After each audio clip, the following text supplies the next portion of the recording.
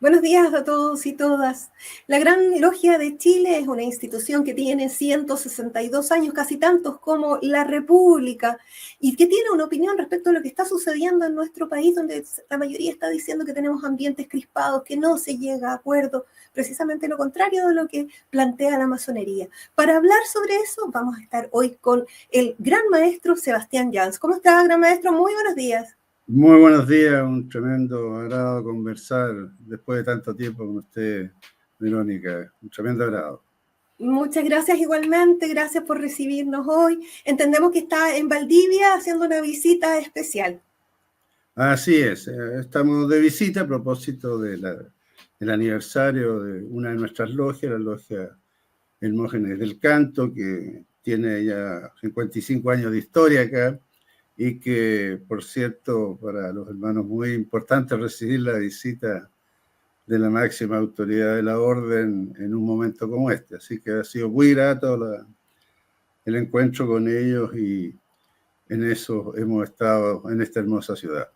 Exacto. Gran maestro, ¿cómo ve la masonería hoy a Chile? Mire, lo vemos, a nuestro país lo vemos marcado muy fuertemente por una forma de debate que nos duele, digamos, desde el punto de vista de lo que significa un país que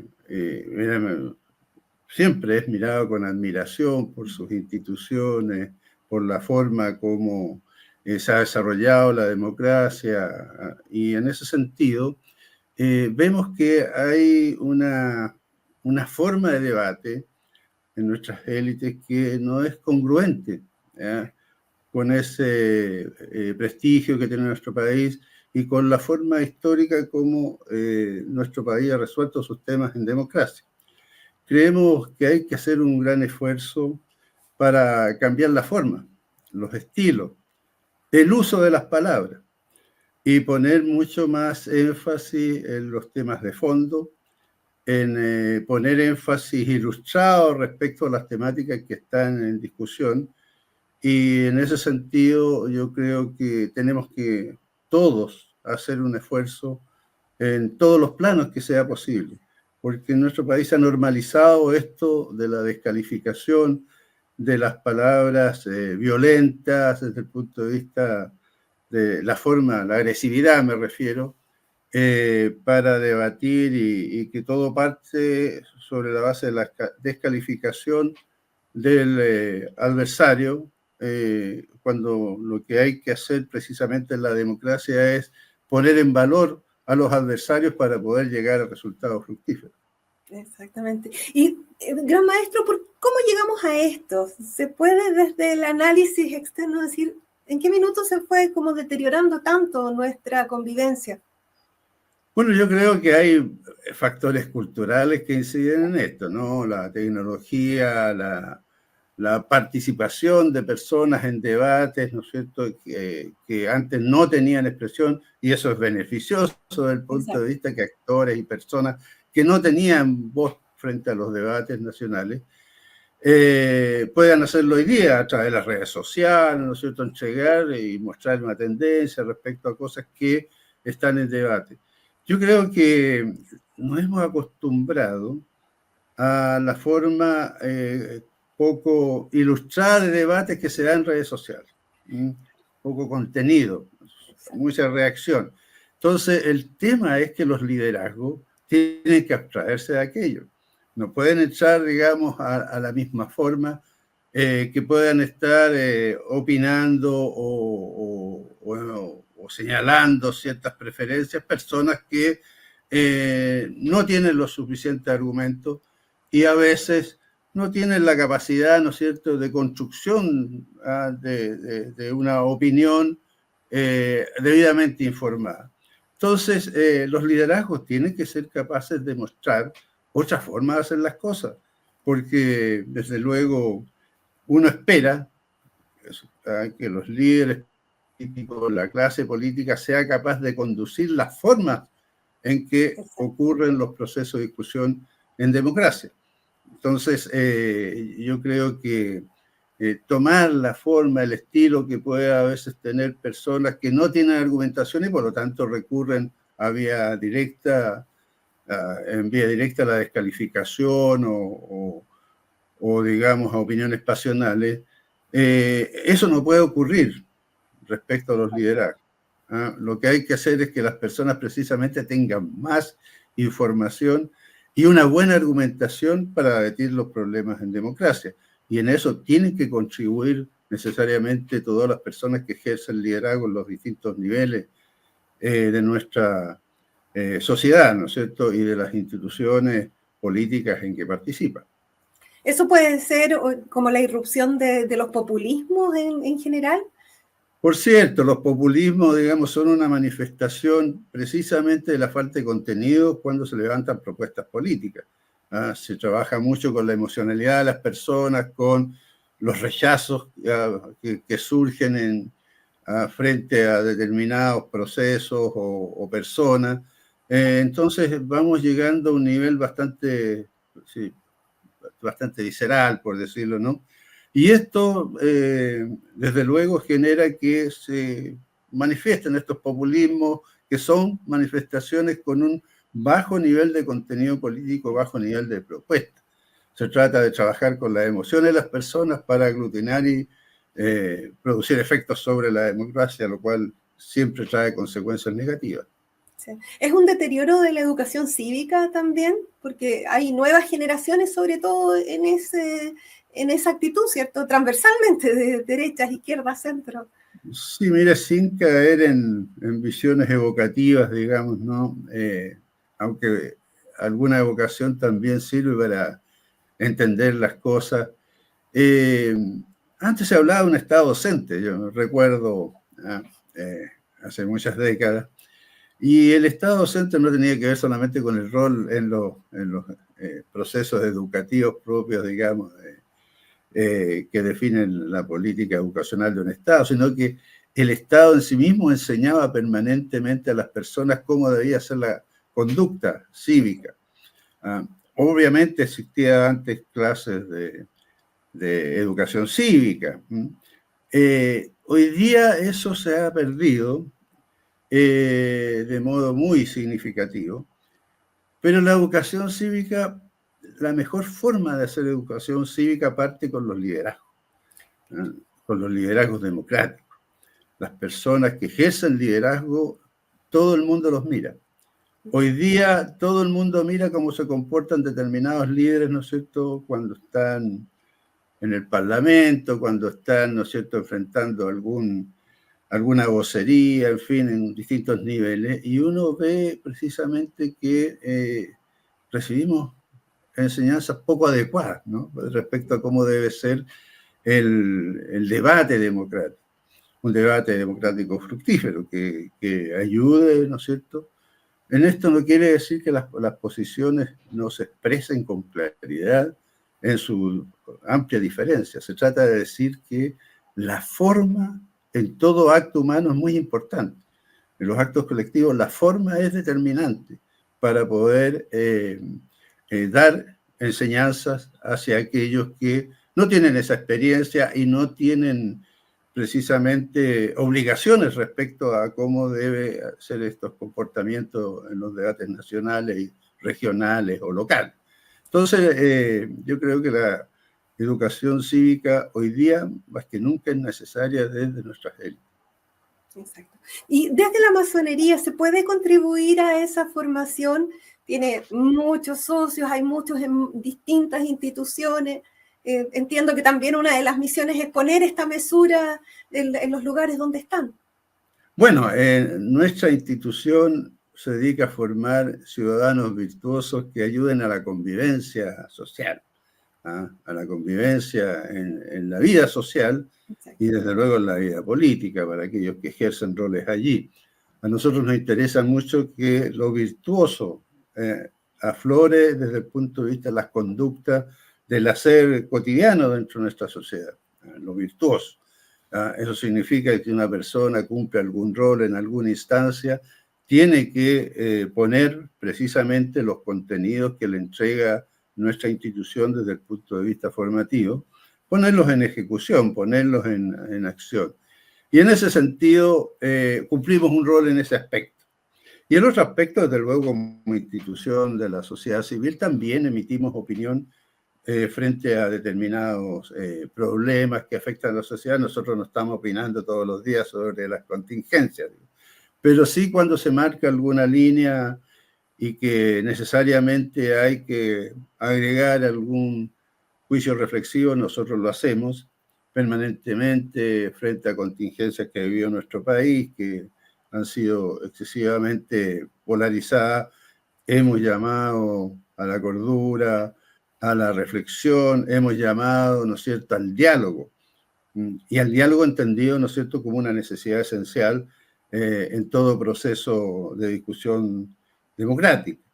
Y permanentemente entregamos algunas opiniones. Yo siempre visito autoridades, les expreso opinión de lo que nosotros entendemos cuáles deben ser los caminos, pero sin meternos precisamente en la discusión del tema específico, sino que en la forma, el modo como debe abordarse esto.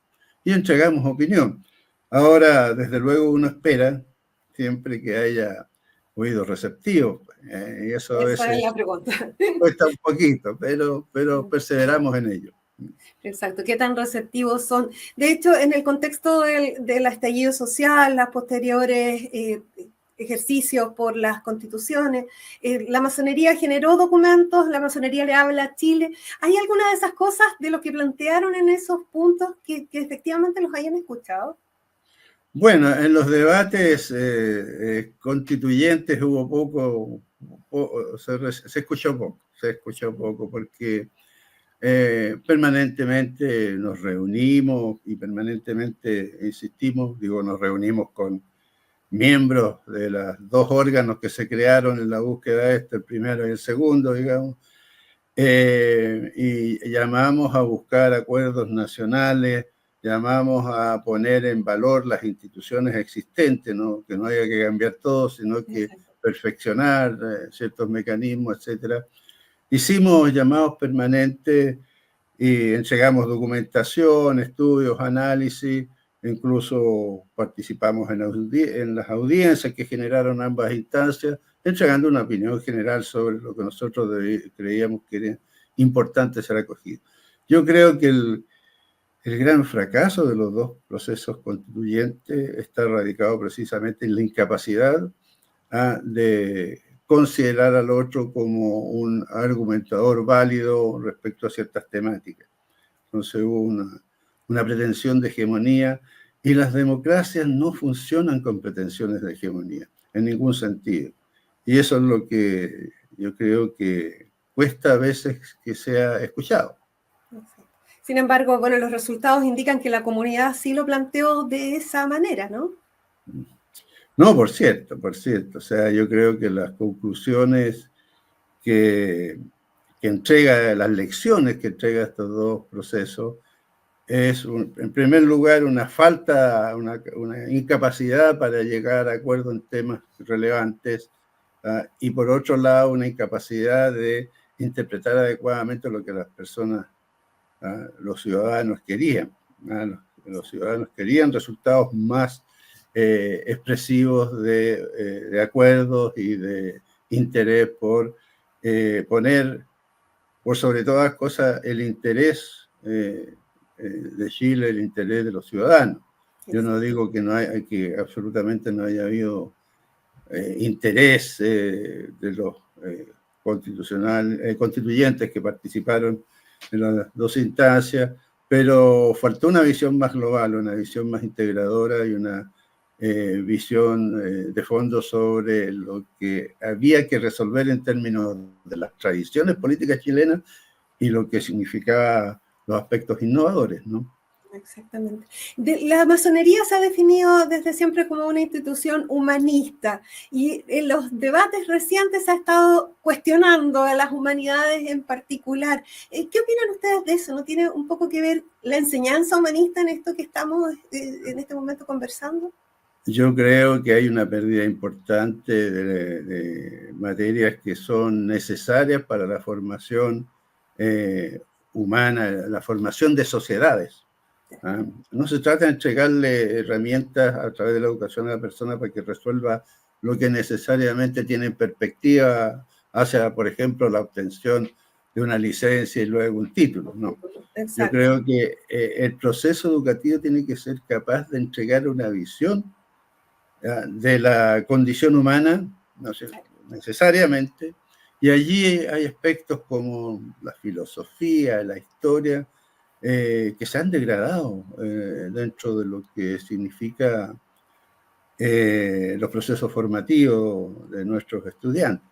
Hay una degradación, ¿eh? Hay una simplificación también de los objetivos en términos del carácter del currículum, etc. Entonces, yo no quiero ser, digamos, taxativo al decir que todo lo que se ha hecho no tiene valor desde el punto de Claro. vista formativo, De sino que forma, tras digo de forma educativa. falta, ¿no es cierto?, un aspecto formativo esencial para construir ciudadanos, para construir sujetos activos desde el punto de vista de las decisiones de la sociedad, ya sea a través del voto, ya sea a través de responsabilidad, etc. Entonces, necesariamente yo creo que hay que hacer una revisión porque falta reflexión filosófica, falta reflexión ética en los procesos formativos. Y eso es un tema complejo, tema complejo. Falta formación cívica. Nosotros no debemos entender los procesos educativos solamente como calificaciones de ciertos niveles de conocimiento prácticos para la vida. Tenemos que entender que parte importante de la educación es construir también sujetos sociales necesarios para el proceso de hacer sociedad. Más aún cuando todas las tendencias son disgregadoras, donde todas las tendencias marcan un exacerbado individualismo y eso al final trae consecuencias que pueden ser muy difíciles para sostener una idea de sociedad, una idea de país, una idea, ¿no es cierto?, de una comunidad que tiene que expresarse en el quehacer cotidiano. Los seres humanos somos seres colaborativos, somos seres sociales por esencia. Y eso, desde el punto de vista de los procesos formativos, tiene que estar necesariamente presente. Exactamente. ¿La incidencia de la masonería en la educación sigue? ¿Los colegios siguen funcionando? ¿El trabajo sí, con bueno, universidades? sí. Nosotros, claro, tenemos colegios que surgieron como una necesidad, las corporaciones educacionales frente a una expresión un poco compleja dentro de las reformas que se han implantado en las últimas décadas, así que surgieron colegios para ofrecer una educación laica y dependen de las logias, qué sé yo, hoy día más de 22 colegios a través de todo el país, pero lo más importante es el rol que juegan, por ejemplo, académicos en distintas universidades, sobre todo públicas, a través de todo el país. Tenemos también visiones que acciones que hemos desarrollado para asegurar algunos procesos locales, etc. Nuestra vinculación es esencial. Nosotros creemos que cada masón es un sujeto que tiene que actuar respecto a los procesos educativos de alguna manera, de alguna manera. Y eso incluye también la obligación que tenemos a veces como apoderados, ¿no es cierto?, como actores que son parte de comunidades educativas, y allí siempre hay que imprimir, digamos, una mirada donde en esencia la educación pasa a ser la herramienta de liberación de las conciencias. Es esencial para la libertad de conciencia, es esencial para el libre pensamiento, el conocimiento, la adquisición de conocimiento, y en ese sentido la educación para nosotros es esencial. También hemos estado planteando ya hace mucho tiempo la preocupación frente a lo que ocurre con la educación pública. Pensamos que la educación pública tiene que ser objeto de una acción preferencial por parte del Estado, porque la educación pública llega donde no hay oferta educacional y donde las personas que más necesitan oportunidades y a veces no llega en la calidad, no llega con establecimientos adecuadamente, ¿no es cierto?, mantenidos y no llega con niveles de formación en sus educadores suficientes para enfrentar las complejidades que se producen en esos tipos de establecimientos en muchos lugares. La educación pública es la que permite nivelar la cancha. Y la educación pública tiene que tener cobertura amplia, tiene que tener calidad y tiene que tener todas las herramientas necesarias para decir que tenemos igualdad en el acceso educacional en nuestro país. Exacto. ¿Y cómo ve desde esa perspectiva el cambio que se está produciendo desde las municipalidades a los servicios locales de educación pública, que en algunos lugares no ha funcionado muy bien, viene ahora para la región de Los Ríos? Mire,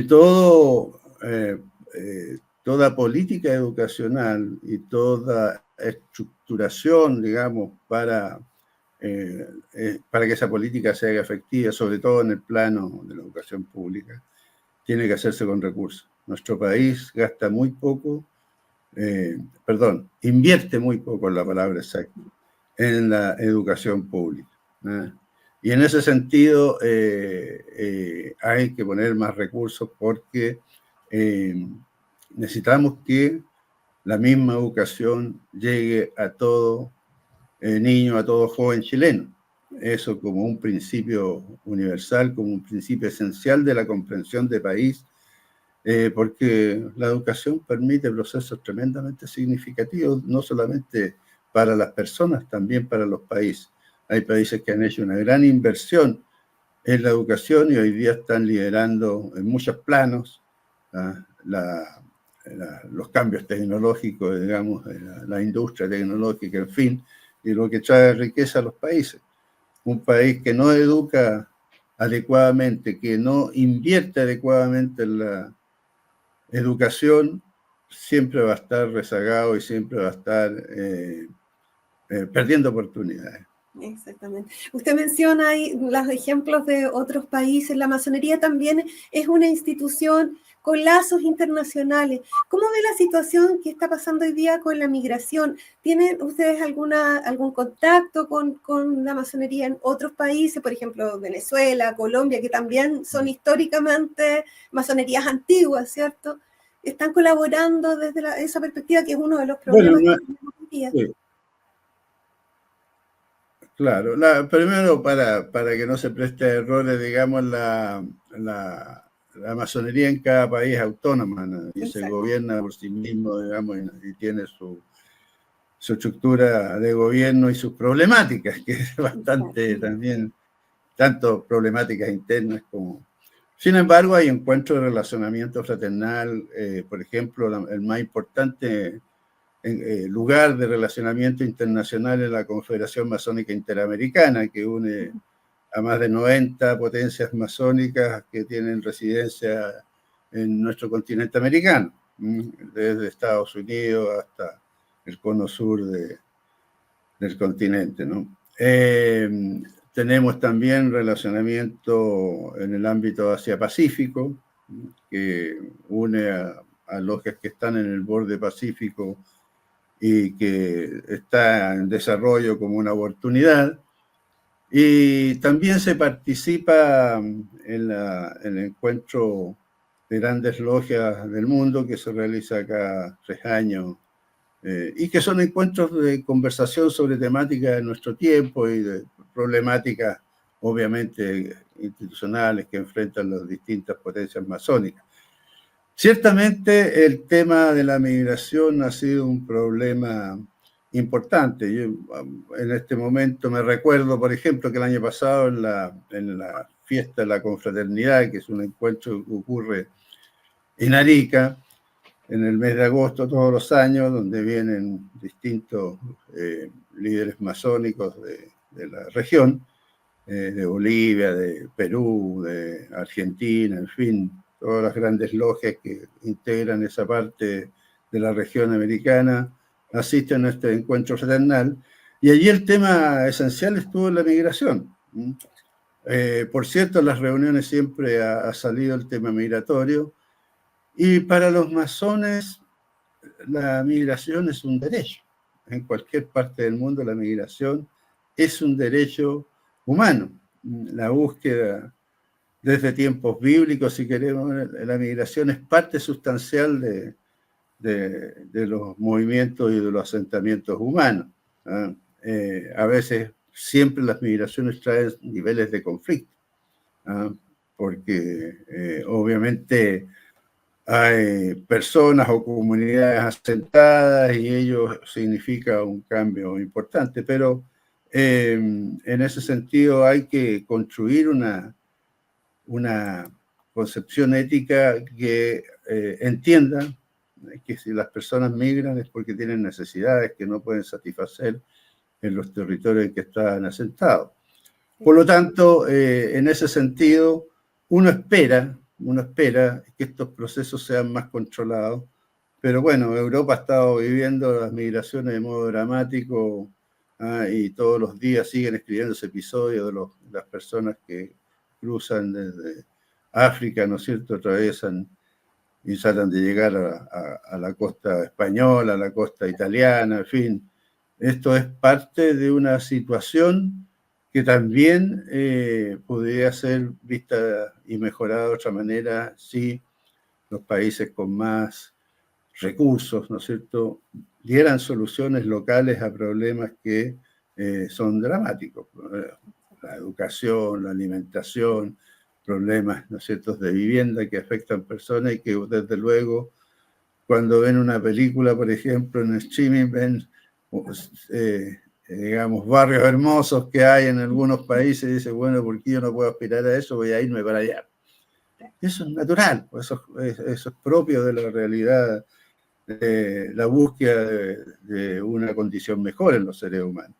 Pero tenemos que reflexionar de que la pobreza es un problema esencial en la migración. Entonces, hay que generar, cuando hemos tenido oportunidad de conversarlo, sobre todo con representantes de la masonería de los países desarrollados, siempre uno le dice, bueno, este problema por esencia tiene que estar radicado en la capacidad, o sea, la solución tiene que estar radicada en la capacidad de generar oportunidades en esos países rezagados. Y allí vienen todos los problemas que hay que analizar. Resulta que, claro, en muchos de esos países hay una corrupción muy alta, hay problemas, ¿no es cierto?, políticos no resueltos, carencia de reglas claras, en fin. Eso hay dificultades como para generar oportunidades para esas personas. Entonces, es colaboración parte de internacional. Claro, tiene que haber más colaboración internacional y no se trata solamente de entregar alimentos, digamos, por paracaídas, sino que se trata de hacer inversión efectiva y ayudar a que no ocurran estas situaciones, porque muchas veces la inestabilidad política de los países pobres está provocada por algunos intereses intervinientes que vienen de los países desarrollados.